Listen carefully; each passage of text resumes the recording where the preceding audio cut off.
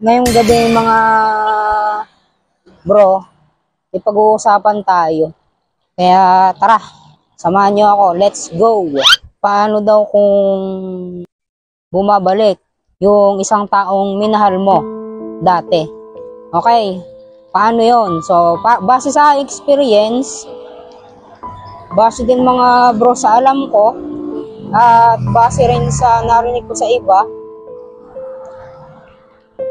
So, para sa akin mga bro, ay ito. Halimbawa, iniwan ako ng taong minahal ko. Halimbawa lang ha. Halimbawa, iniwan ako ng taong mahal ko at bigla siyang bumalik ba. Ngayon, dahil bumabalik siya, parang naguguluhan ka. Parang naguguluhan tayo. Ano? Para sa akin, kung bumabalik yung taong mahal ko, pakausapin ko ng maayos. Halimbawa, paano yun? May babalik kasi yung feelings ko pag bumalik ka sa akin.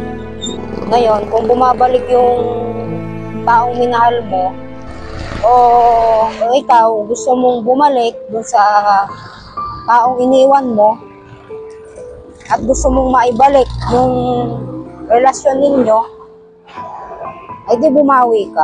Halimbawa, ikaw ang nang iwan at gusto mong magkabalikan kayo, para sa akin, ito yung mensahe ko sa nang iwan. So dahil sila yung umalis sa atin, tapos bumabalik sila, hindi naman kailangang sabihin nila sa sarili nila na nagigilty ako, nahihiya akong bumalik. Ay pagka ganoon, ang ugali ng isang tao, ibig sabihin ma-pride yun. So ngayon, kung gusto mong bumalik dun sa isang taong iniwan mo, bumawi ka. Halimbawa, dati wala kang time. Ngayon, bigyan mo ng time. Gumawa ka ng paraan. Kasi dapat kasi sa mga ganyang relasyon, hindi dapat sila bila-bila na lang nawawala. Dapat i-inform nila tayo para alam natin na hindi rin nag-overthink yung isang tao. Ngayon mga bro, kung sasabihin nila na tayo pa yung makapalang muka na diba, sinabi mo na bumawi ka kasi iniwan mo ako. Tapos ay isasagot nila sa atin, kapal ng mukha mo. Ay pagka gayon mga bro, ang sagot sa atin, ma-attitude yung ganyan tao. Yung mga ganyan tao, minsan makakahanap din sila ng katapat. Minsan mga bro, problema pa ng mga ganyan tao, tayo pa ang sinisisi ng mga yan. Kaya narinig ko nga doon sa preaching ni Pastor Stephen Prado, kung kilala nyo yun mga bro, sabi niya, bis na manisi daw tayo, baguhin natin ang attitude natin. Ayun mga bro, dito ko na rin tatapusin ang vlog na to. Shout out kay Franklin De Castro.